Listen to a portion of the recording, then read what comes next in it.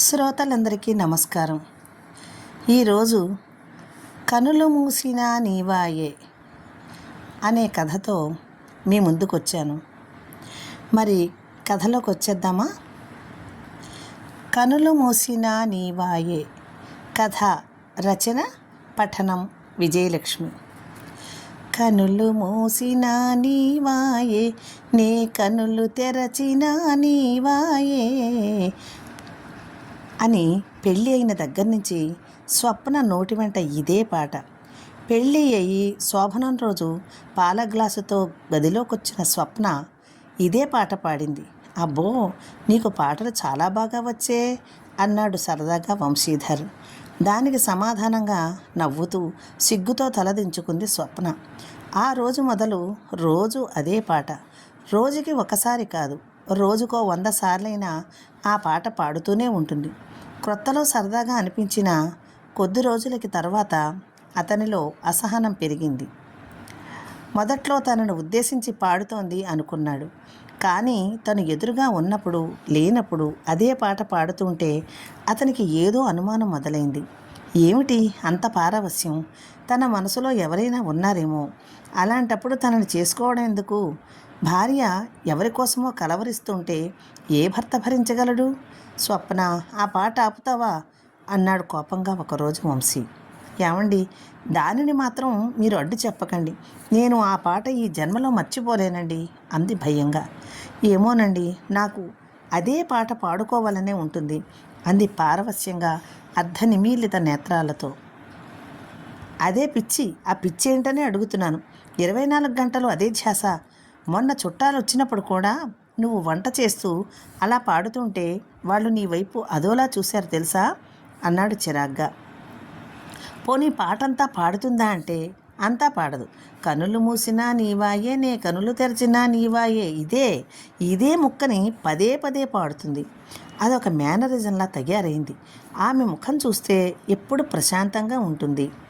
అనుమానంగా చూద్దామన్నా ఆమె ముఖం చూస్తుంటే చి, తను తప్పు చెయ్యదు అలా అనిపించదు ఆమె ముఖం చూస్తుంటే. అయినా తను చిరాకు పడుతున్నప్పుడు మానేయొచ్చు కదా. మానదు. తెల్లవారి కళ్ళు తెరిచిందంటే చాలు పాట మొదలు పెట్టేస్తుంది. ఇది ఎక్కడ కూడా రా బాబు, అస్తమానం ఈ పాట ఏంటో మంచివాడికి కూడా అనుమానం వచ్చేలా చేస్తోంది అనుకున్నాడు. స్వప్న, అబ్బా, అలా ఆ పాట రిపీట్ చెయ్యకే, నాకు చిరాగ్గా ఉంది అన్నాడు వంశీ మళ్ళీ. ఆ మాటకి బయటకు పాడడం కొద్దిసారి మానేసినా నోట్లోనే నెమ్మదిగా పాడడం మొదలెట్టింది. అంతే తప్ప పాట ధ్యానంలోనే ఆమె ఉంటుంది. స్వప్న వంశీధర్లది చూడచక్కనైన జంట. అందంలో ఒకరిని మించి ఒకరు పోటీ పడినట్లుంటారు. సాధారణంగా జంటలో ఇద్దరు ఒకేలా ఉండడం అరుదు. ఒకరు నలుపు, ఒకరు తెలుపు, ఒకరు పొట్టి, ఒకరు పొడుగు, ఇలా తేడాలుంటాయి చాలా జంటల్లో. కానీ ఇంత అందమైన జంటను చూస్తే రెప్ప వెయ్యకుండా చూడాలనుకుంటారు ఎవరైనా. ఎవరో బంధువుల ద్వారా సంబంధం కలిసింది. ఆ అమ్మాయి ముఖంలో లక్ష్మీకళ తాండవిస్తోందిరా అని వంశీధర్ తల్లి అన్నప్పుడు వంశీధర్ చాలా మురిసిపోయాడు. పాట పాడు అని అడగకుండానే ఆమె కనులు మూసిన నీవాయే నే కనులు తెరచిన నీవాయే అంటూ పాడి ఆపేసింది. ఫోన్లే, సిగ్గుపడుతోంది పాపం, అడగకుండానే పాడింది, సంస్కారవంతురాలైన పిల్ల అన్నారు పెద్దలు. వంశీధర్ మాత్రం తనని ఉద్దేశించి పాడింది అనుకున్నాడు. అదే పాట శోభనం రోజు పాడితే ఏమో అనుకున్నాను, నీకు పాటలు కూడా చాలా బాగా వచ్చు అని మురిసిపోయాడు. కానీ కొద్ది రోజులలోనే ఆ పాట పట్ల అతనికి విముఖత ఏర్పడింది. పోనీ ఏదైనా సంగీత విద్వాంసురాలా అంటే ఆమె సంగీతం నేర్చుకోలేదు. ఒకరోజు డాబా మీద బట్టలు ఆరవేస్తూ పాడుతోంది. ఎదురింటివాడు వాడి డాబా మీద ఎక్సర్సైజులు చేసుకుంటున్నాడు. కొంపతీసి వీడిని చూసి కానీ పాడుతోందేమో అని ఊహ వచ్చింది. కానీ ఆమె పెళ్లి దగ్గర నుంచి ఇదే పాట పాడుతోంది కదా అంటే వీడి గురించి కాదు. కానీ అవతలివాడు వాడి గురించి అనుకుని ముందడుగు వేస్తే, బాబోయ్, నా సంసారం నవ్వుల పాలవుతుంది, దీని పిచ్చి తగలయ్యా, ఎలా వదల్చాలో అర్థం కావటం లేదు. స్వప్నని బయటకు తీసుకువెళ్ళాడు అందుకే. ఎందుకంటే సమయం సందర్భం లేకుండా పాట అందేసుకుంటుంది. అయినా తను బయటకు తీసుకెళ్ళమని తనని అడగదు. మామగారు ఫోన్ చేసినప్పుడల్లా ఈ విషయం అడిగేద్దామా అనిపిస్తుంది. కానీ తను మర్యాదస్తుడు అవ్వడం వల్ల అడగలేకపోతున్నాడు. స్వప్నని సైకియాట్రిస్ట్కి చూపిస్తే ఈ పాట రోగం వదులుతుందేమో చూద్దాం అనుకున్నాడు. తనతో ఎలా చెప్పడం? నీకు పిచ్చిందేమో అంటే, అందుకే పాడిన పాటనే అస్తమానం పాడుతున్నావు, అందుకే నేను డాక్టర్కి చూపిస్తాను అంటే ఆమె రియాక్షన్ ఎలా ఉంటుంది? అయినా మానసిక వ్యాధి ఉన్నవాళ్ళు కూడా వాళ్ళకి వ్యాధి ఉందంటే ఒప్పుకోరు. అందుకే చెప్పకుండా తీసుకువెళ్ళదలుచుకున్నాడు. ఆఫీసు నుంచి వస్తూనే, స్వప్న రెడీ అవ్వు, అలా ఫ్రెండ్ ఇంటికి వెళదాం అన్నాడు. మీ ఫ్రెండ్ దగ్గరకు నేనెందుకండి, మీరు వెళ్ళిరండి అంది స్వప్న. లేదు, నిన్ను కూడా తీసుకురామన్నారు, మరీ చెప్పాడు అన్నాడు వంశీ. అలాగా, సరేలేండి అని పాట పాడుకుంటూ తయారైంది. బైక్ మీద భార్యతో బయలుదేరాడు. భార్యతో అలా బైక్ మీద వెళ్ళడం అతని మనసుకు ఎంతో హాయిగా ఉంది. తను అందరిలాగే ఉంటే రోజు ఆమెను షికారుకు తిప్పును. అందరిలా తనకు ఆ సంతోషం లేదు. ఎందుకంటే ఆమె ఏ టైములో ఎవరి దగ్గర ఆ పాట పాడిస్తుందేమోనని అతని భయం. బైక్ ఒక హాస్పిటల్ ముందు ఆగింది. అదేంటండి ఆసుపత్రికి తీసుకొచ్చారు అంది అయోమయంగా స్వప్న.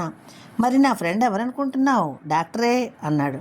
ఇంకా మాట్లాడకుండా లోపలికి వెళ్ళారు. డాక్టర్తో ముందుగానే మాట్లాడి ఉంచడం వల్ల అతని ఫ్రెండ్ లాగే బిహేవ్ చేశాడు. డాక్టర్ మాట్లాడుతూనే ఆమె వంక పరికించి పరీక్షగా చూస్తున్నాడు. అతని చూపు ఆమెకు ఏదోలా అనిపించింది. సడన్గా లేచి బయటకు వచ్చి ఆమె పాట పాడుతోంది. వంశీ బయటకు డాక్టర్తో సహా వచ్చాడు. ఆమె పరవశంగా పాడుకుంటోంది. ఇది సార్ నా ప్రాబ్లం అన్నాడు వంశీ. వంశీ గారు, ఆమె ముఖంలో ఎటువంటి అబ్నార్మాలిటీ నాకు కనిపించలేదు. ఆమెలా పిచ్చి చేష్టలు లేవు అన్నాడు డాక్టర్. వంశీకి మతిపోయింది. మరి తిను ఎందుకు అలా అస్తమానం పాడుతోంది? ఈసారి తనకే పిచ్చి ఎక్కినట్లుగా ఉంది అనుకున్నాడు. స్వప్న అన్ని విధాల అణుకువైన పిల్ల, కానీ ఆ పాటే తన జీవితంలో అపశృతిలా పరిణమిస్తోంది. ఆఖరికి డాక్టర్ కూడా ఆమెకి ఏ జబ్బు లేదంటున్నాడు. ఇక ఏం చేయడం? పద ఇంటికి వెళ్దాం అన్నాడు భార్య వైపు చూస్తూ. అమ్మయ్య, వచ్చేసారా? మీ ఫ్రెండ్ ఏంటండి బాబు, నాకు అతని వైఖరి నచ్చలేదు. అలా ఎప్పుడూ ఆడదాని ముఖం చూడనట్లు నా ముఖం వైపు అలా చూస్తుంటే నాకు చాలా చిరాకుగా అనిపించింది. అందుకే బయటకు వచ్చేసాను. నన్ను ఎప్పుడూ అలాంటి వాళ్ళ దగ్గరకు తీసుకురాకండి అంటూ చిరాకు పడింది. సరేలే, ఇంకెప్పుడు తీసుకెళ్ళను అన్నాడు. ఈ జబ్బు ఎలా తగ్గించాలా అని అనుక్షణం ఆలోచిస్తున్నాడు. అదేమిటో ఆమెలాగే అతను ఆ పాటను అనుక్షణం తలుచుకుంటున్నాడు. వెనుకటికి ఒక డాక్టరు పేషెంట్కి మందిచ్చి, ఈ మందును కోతిని తలుచుకోకుండా వేసుకోవాలి, అప్పుడే తగ్గుతుంది అని చెప్పాడట. అలా చెప్పడం వలన మందు వేసుకునే ముందు కోతిని తలుచుకోకూడదు కదూ అని అనుకుంటూ కోతిని నిజంగా తలుచుకునేవాడట. అలాగా ఉంది అతని వ్యవహారం. ఆ పాట గురించి అతను పదే తలుచుకుంటున్నాడు. అతని మనోవ్యాధికి కారణమైన ఆ పాటను ఆమె నోటంట పాడకుండా చెయ్యాలి. ఇక తన ప్రాణ స్నేహితుల కొడుతో కూడా చర్చించాడు. వాళ్ళు తలో సలహా ఇచ్చారు. ఆమెకు పాత స్నేహితులు ఎవరైనా ఉన్నారేమో అన్నారు. వాళ్ళు అలా అనడం కూడా అతనికి నచ్చలేదు. ఆమె శీలం మీద నింద వెయ్యలేకపోతున్నాడు. ఒకవేళ అలాంటి అమ్మాయి అయితే ఆమె ప్రవర్తన ఇలా ఉండదు. ఏదైనా అతను విపరీతమైన టెన్షన్ పడుతున్నాడు. బీపీ వచ్చేసిందేమో అనిపిస్తోంది. ఇక తన తరం కాదనిపించింది. ఇదేదో తేల్చుకోవాలనుకుంటూ మామగారిని అత్తగారిని రమ్మని ఫోన్ చేశాడు. అల్లుడు ఎందుకు రమ్మన్నాడోనని కంగారు పడుతూ బయలుదేరి వచ్చారు. ఏమైంది బాబు అంటూ మొత్తం అంతా వాళ్ళతో చెప్పి, మీ అమ్మాయి పాడే పాట నాకు మనశ్శాంతి లేకుండా చేస్తోంది. మీ అమ్మాయి ఎవరిని ఉద్దేశించి పాడుతోందో నాకు అర్థం కాక నా తల పగిలిపోతోంది అన్నాడు ఆవేశంగా. అంతా విన్న మామగారు గట్టిగా నిట్టూర్చాడు. అయ్యో, దానికోసం అంత టెన్షన్ ఎందుకయ్యా? మమ్మల్ని రప్పించడం ఎందుకు? అమ్మాయినే ఎవరిని ఉద్దేశించి పాడుతున్నావని అడిగితే ఎప్పుడో మీ సమస్య తేలిపోయేదిగా. మీ అమ్మాయి ఎవరిని ఉద్దేశించి పాడుతోందో దాని నోటంటే వినిపిస్తానుండు మా అమ్మాయి అంటూ స్వప్నని పిలిచాడు తండ్రి.